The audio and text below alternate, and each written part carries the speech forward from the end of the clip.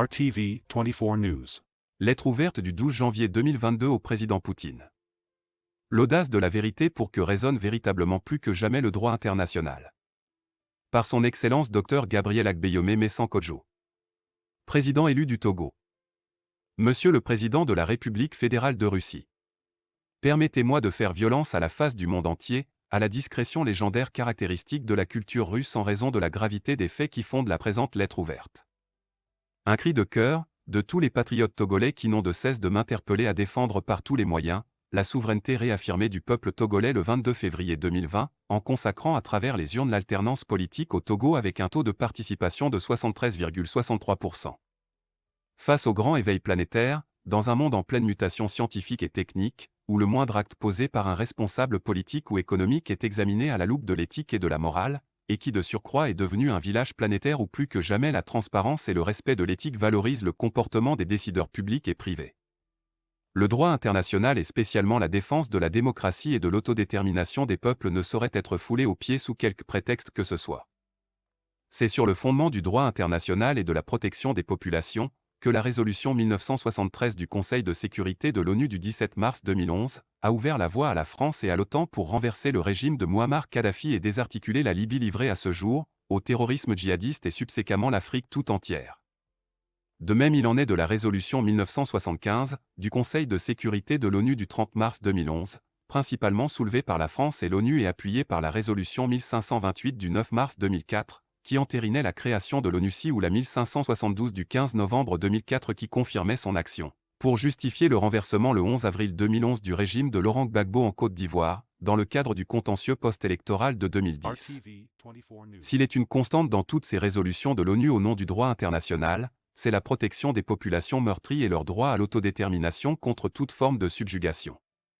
Et pourtant depuis le 22 février 2020, le Togo connaît un quintuple coup d'État électoral, militaire, judiciaire, diplomatique et médiatique à la suite de mon élection à la magistrature suprême, suivi de mon refus de subornation par Faure Gnassingbé qui pourtant après avoir reconnu ma victoire, s'est maintenu pour un quatrième mandat usurpé à la tête du pays, contre la volonté de tout un peuple pris en otage de façon éhontée avec la complicité de la communauté internationale avec au premier plan la CEDEAO et l'Union africaine, UA.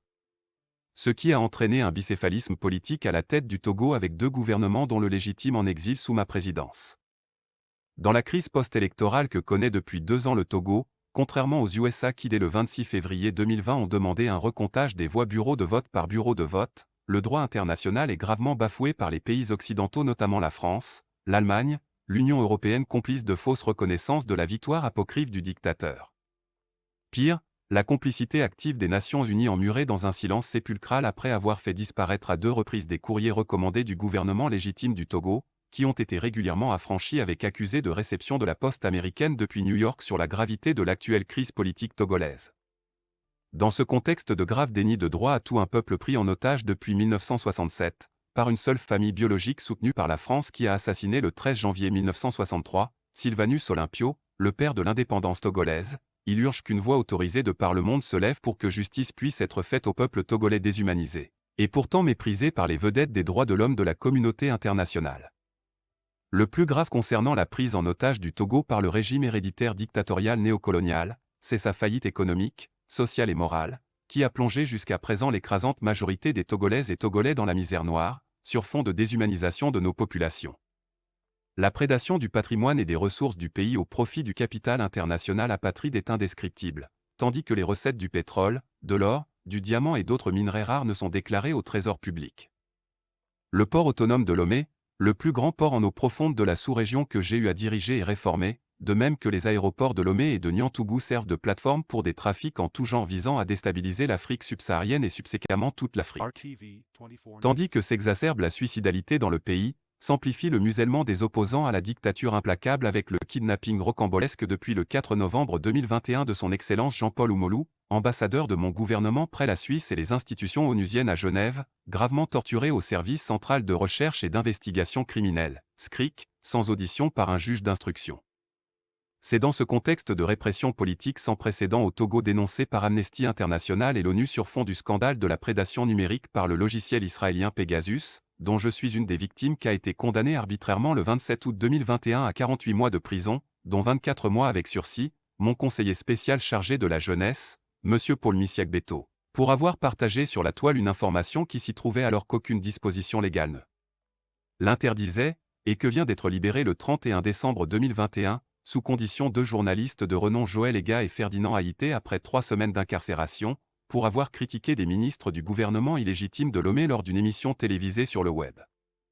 Tout ce qui précède indique clairement que ce quintuple coup d'État, qui ne confère guère de légitimité à la dictature cinquantenaire néocoloniale des Gnassingbé, prouve à suffisance le grave drame humanitaire qui se déroule à bas bruit au Togo avec la complicité de la CEDEAO, de l'UA et des puissances coloniales occidentales avec à leur tête le tandem français Macron-Le Drian qui soutient de façon éhontée l'imposture dans le mépris des règles basiques du droit international. Cela est d'autant plus grave que l'inversion des résultats électoraux réels du président élu et du président sortant, opérée par la Cour constitutionnelle togolaise aux ordres de la dictature cinquantenaire néocoloniale, n'a pu jusqu'à ce jour être justifiée par ce pouvoir, malgré la demande officielle, publique et pressante par la diplomatie des États-Unis d'Amérique de la publication des résultats électoraux bureau de vote par bureau de vote.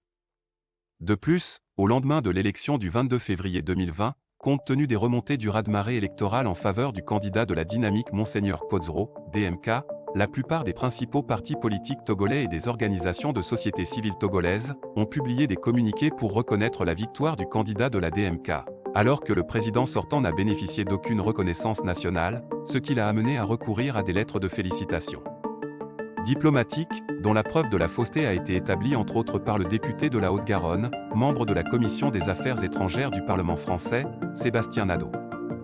C'est pourquoi en ma qualité de président démocratiquement élu du Togo le 22 février 2020 avec plus de 72% des suffrages au premier tour, j'en appelle à la Fédération de la Russie, à votre sens de l'honneur et des valeurs humanistes et spirituelles orthodoxes à œuvrer pour la restauration de la liberté et de la démocratie dans mon pays, par un transfert pacifique du pouvoir que mon prédécesseur confisque depuis 17 ans par la violence, les fraudes électorales, la corruption à grande échelle, et la falsification des reconnaissances diplomatiques de pays amis. Revêtu de la légitimité des urnes, je voudrais pouvoir compter sur votre sens de l'histoire récente des peuples en Syrie, en Centrafrique et actuellement au Mali, pour faire droit aux aspirations du peuple togolais et à la promotion de nouveaux équilibres géostratégiques, géopolitiques et géoéconomiques dans notre monde incontestablement devenu multipolaire et épris de liberté, de souveraineté des âmes, de dignité, de prospérité partagée pour tous et d'accomplissement plénier. Annexe. Un narratif sur le quintuple coup d'État électoral. Militaire, judiciaire, diplomatique et médiatique. 2. Mémorandum de sortie de crise pacifique au Togo du gouvernement légitime du Togo et de la DMK du 14 mai 2021. 3. Exposé de motifs rencontre le DMK gouvernement légitime du Togo du 9 décembre 2021 à Bruxelles. CC, Sa Sainteté le Patriarche Cyril. Patriarche de l'Église orthodoxe russe. Son Excellence Abdelmadjid Tebboune. Président de la République algérienne démocratique et populaire. Son Excellence Mouhamadou Bouhari. Président de la République fédérale du Nigeria. Son Excellence Assimi Goïta. Président de la République du Mali. Son Excellence Mamadi Doumbouya. Président de la République de Guinée. Son Excellence Macky Sall. Président du Sénégal et président en exercice de l'Union africaine. Son Éminence Cardinal Gregory Wellington. Archidiocèse de Washington DC. Son Excellence Joe Biden. Président des USA. Son Éminence Cardinal Pietro Parolin. Secrétaire d'État du Saint-Siège, Vatican. Son Excellence Antonio Guterres. Secrétaire général de l'ONU.